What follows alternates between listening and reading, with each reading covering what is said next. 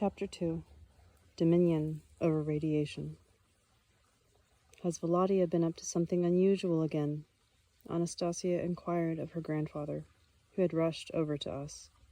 And grandfather, with a passing glance at me and a brief hello, Vladimir, explained, "He is down by the lake shore. He dived down and brought up a stone from the bottom. Now he is standing there, clutching it in his hand. It is safe to assume that the stone is burning his hand, but he will not let it go. I do not know what advice to give him." Then grandfather turned to me and barked, "Your son is down there. You are his father. What are you standing here for?" Not fully aware of what was going on, I ran down to the lake. Grandfather ran alongside me and explained, "This stone is radioactive. It is not big, but it contains a good deal of energy, an energy similar to radiation." How did it happen to turn up at the bottom of the lake? It's been lying there a long time. My father even knew about that stone, but nobody has ever been able to dive down to it. How did Vladimir manage? How did he know about it? I trained him to do deep water dives. What for? He kept pestering me to show him, asking me again and again, "You two don't seem to have the time to look after your own child's upbringing. You've been shoving the whole burden onto the shoulders of your elders." Who told him about the stone? Now who would have told him, eh? Apart from me. I told him. What for? He wanted to know what stopped the lake from freezing over in the winter. As we approached the lake, I saw my son standing on the shore. His hair and shirt were all wet, but the water had already dripped off of them, which told me that he had been standing like that for some time. Vladimir stood with his arm outstretched in front of him, his fingers clenched into a fist, which he kept his eyes fixed on like a hawk. It was clear his hand was clutching that same sinister stone from the bottom of the lake. I took 2 steps in his direction. He quickly turned his head toward me and said, "Don't come any closer, Papa." And when I stopped, he added, "Good health to your thoughts, Papa, but keep back just a little further. Maybe it would be better if you and Grandfather lay down on the guard. I shall be able to better concentrate that way." Grandfather at once lay down on the ground, and without really knowing why, I followed suit. For some time we didn't say a word, just watching Vladimir standing on the shore. Then a rather simple thought struck me, and I said, "Vladimir, couldn't you just toss it a little ways away?" "Where away?" my son asked, not turning his head. "Into the grass." "I must not throw it into the grass. It should cause a lot of destruction. I feel I must not throw it away yet."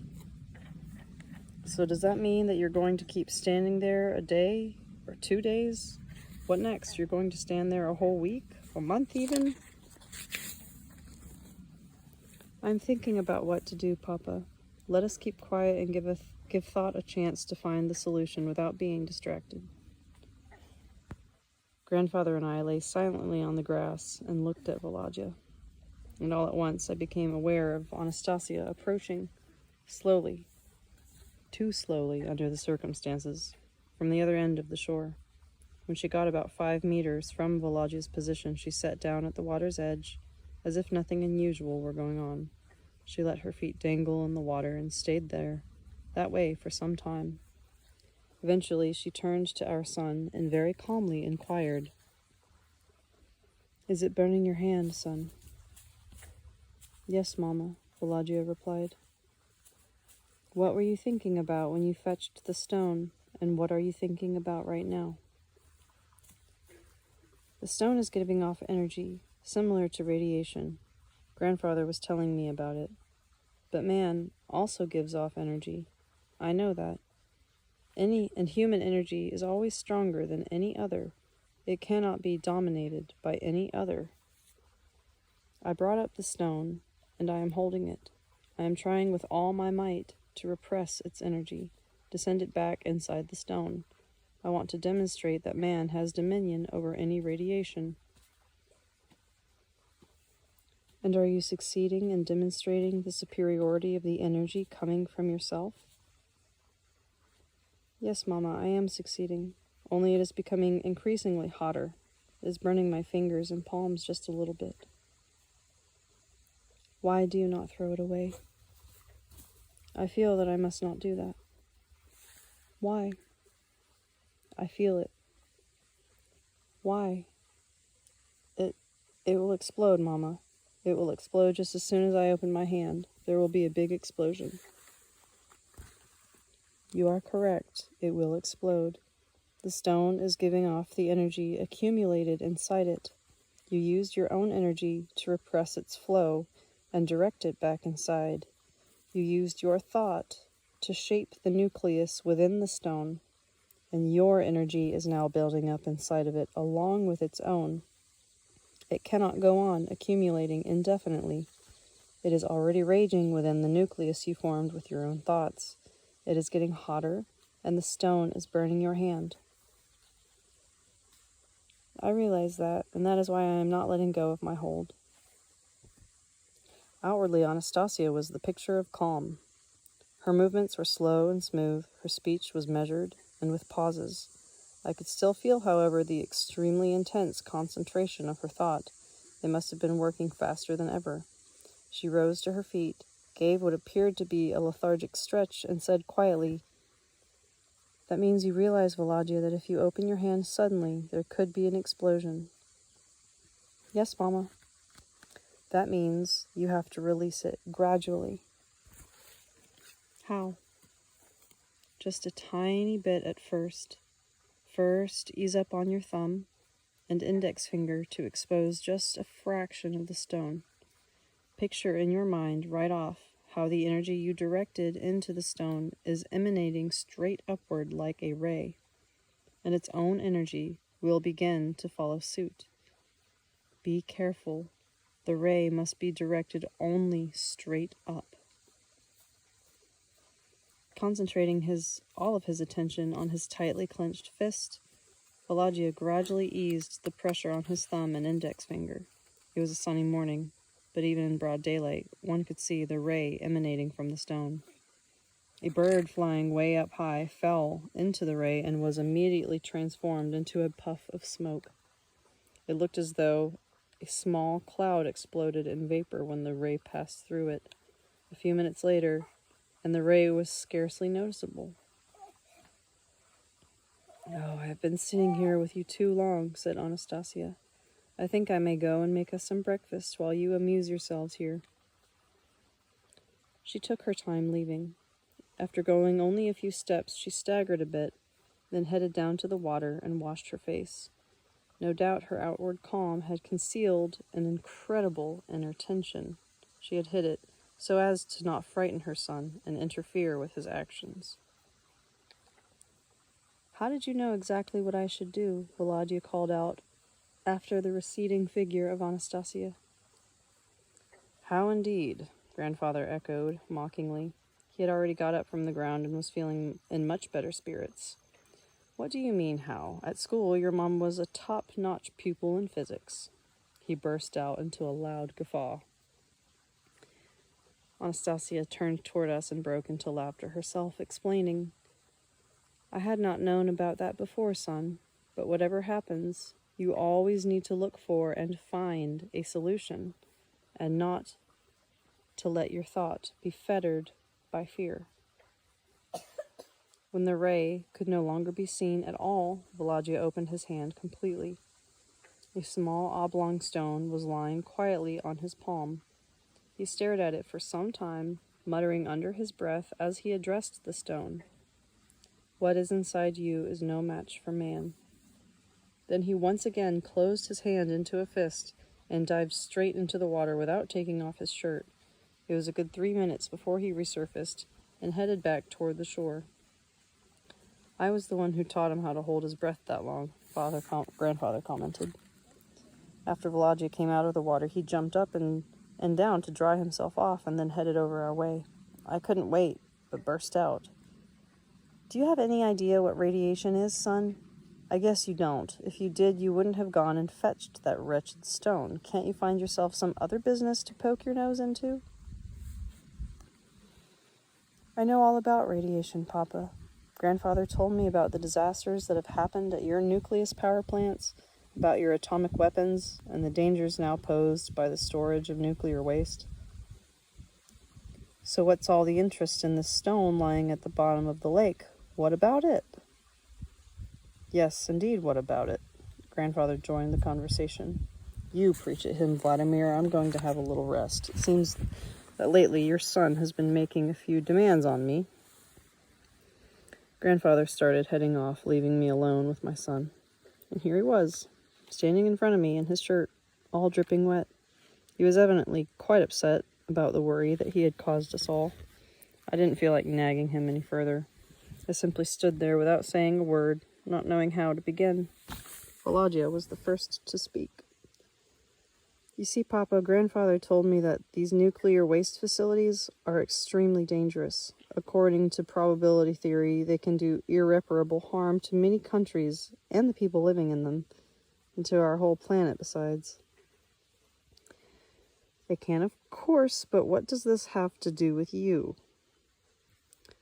What that means is, if people think the problem is solved, but the danger still remains, it means they have not come up with the correct solution. So what if it is incorrect? What does that matter? Grandfather said that it is up to me to find the correct solution. So, have you found it? I have now, Papa.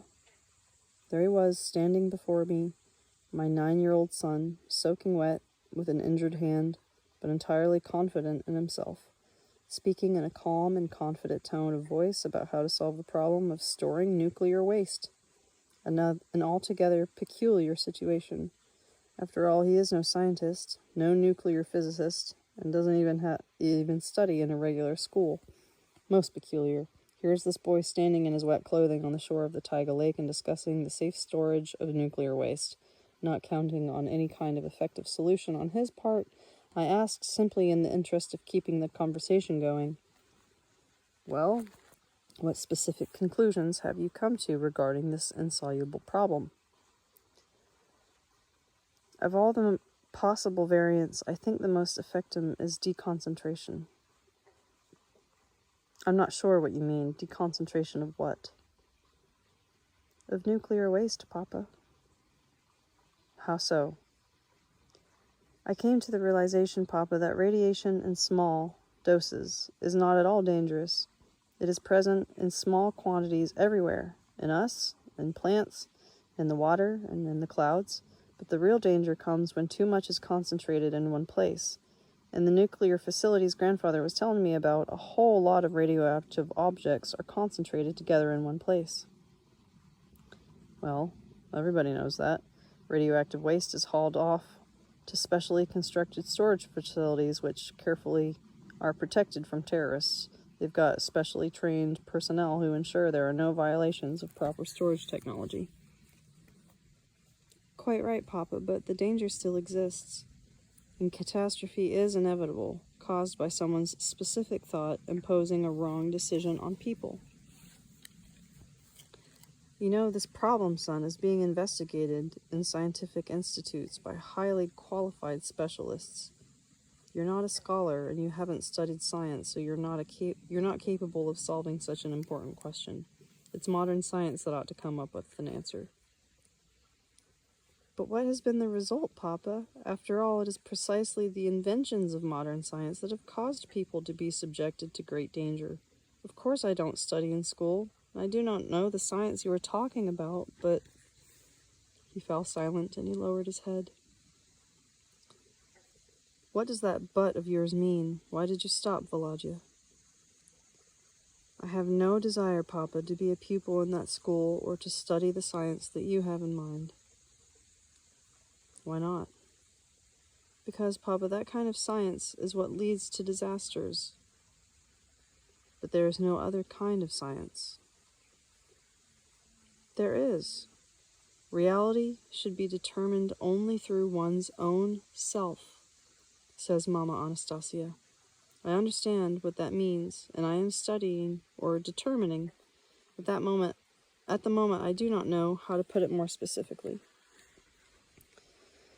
Wow, how sure he is of his convictions, I thought. Then I asked, and what is the probability of disaster as you see it? 100%. You're certain of that? According to probability theory, in the absence of any counteraction to destructive thought, a disaster is inevitable. The construction of a large nuclear storage facility can be compared to the construction of huge bombs. And I am to guess that your thought has begun counteracting this destructive element? Yes, I've launched my thought into space, and it will triumph. Specifically, what solution has your thought come up with regarding the problem of the safe storage of nuclear waste? All nuclear waste concentrated in large facilities needs to be deconcentrated. That is my thought. Deconcentration. Does that mean dividing it into fragments 100,000th or a multi-millionth in size? That's right, Papa. That's a simple solution, but the big question remains where to store these tiny fragments. On Kin's domains, Papa. For a moment, the shock of this incredible statement completely overwhelmed me, and I didn't know what to say. Then I practically shouted, "Nonsense! It's utter nonsense that you've thought up, Vladimir." After I thought about it a little more, I said in a calmer voice, "Of course, if nuclear fragments are deconcentrated and spread among various places, a global catastrophe can be averted, but this will also put millions of families who have decided to live in these domains in danger. After all, everybody wants to live in a place that's environmentally clean." Yes, Papa, everyone wants to live in an environmentally clean place, but there are hardly any such places remaining on the earth today. And here in the taiga, isn't this environmentally clean either? The environment here is relatively clean, but it's not ideal. It's not pristine. There are no ideal spots left anywhere. Clouds can bring their acid rain here too from a variety of places. The grass and trees and bushes are coping with it for the time being, but the filthy places are becoming only filthier with each passing day, and the number of such places keeps growing with each passing day. That is why it is essential right now not to walk away from this filthiness, but attack it. We need to create clean places ourselves. That's what Mama says. From all the possible variants my thought selected just one. It could not come up with any other. My thought tells me it's safer to deconcentrate and tame the waste, one fragment at a time, and derive a benefit for life on our planet by storing a tiny fragment on one's kin's domain. But where on the domain? In a larder? In a safe? Store the radioactive capsule in an underground cellar? Has your thought given you any hint of this yet? The capsule should be buried underground, no less than 9 meters deep. I spent some time thinking about my son's proposal, which had indeed seemed incredible at first, but the more I thought about it, the more inclined I became to accept that there was some grain of reason in what he said. At the very least, his proposal for nuclear waste storage would be entirely sufficient to avert a large-scale catastrophe. As to pollution on the given domain, that was something that could indeed be avoided, and there might even be a plus side. Perhaps scientists could come up with something like a mini-reactor, or something similar. And then, all at once, a thought dawned on me. Wow, here was another reason for the need to deconcentrate the storage of radioactive waste. Money. Huge sums are being doled out by foreign governments for the storage of such waste. If these funds that pay for constructing the facilities, maintaining service personnel, and the whole security control systems, it is these funds that pay for these. And a part of this money inevitably disappears into the unknown. Why not pay it instead to every domain where radioactive waste capsules are stored? Fantastic. Not only would safe contamination be guaranteed, but people would earn money besides. At the present time, nobody can guarantee security from the contamination, even for those living far away from the storage facilities. Think about what happened at Chernobyl. The contamination affected not just parts of the Ukrainian territory, but of Russian and Belarus as well. Clouds can carry the pollution for hundreds and even thousands of kilometers. So even though it is still at the conceptual stage and the details need fleshing out, my son's proposal deserves serious consideration, not just on the part of the academic world, but from governments and especially the public. I was walking along the lakeshore, immersed in my thoughts, and had quite forgotten about my son. He was still standing in the same spot, silently watching me. His upbringing forbade him from being the first to reinitiate our conversation. To interrupt the thought of a man in contemplation was unthinkable. I decided to change the subject. So you spend your time thinking about different problems, Volodya. Don't you have any duties to carry out? Have you been assigned any work to perform? Work? Assigned? I always do what I feel like doing. Work? What do you mean by the word work, Papa? Well, work is when you carry out some kind of task and people pay you money for it. Or when you do something that's going to benefit your whole family. Take me, for example. When I was your age, my parents assigned me to look after bunny rabbits, and that's what I did. And I would collect grass for them and feed them and clean their cages, and the rabbits brought our family a bit of income. After hearing me out, Volodya suddenly said with some excitement, Papa, I shall tell you about one particular duty which I assigned to myself. A very enjoyable duty. Only you'll have to judge whether or not it can be called work. Tell me about it. Let's go. I have a specific place that I want to show you.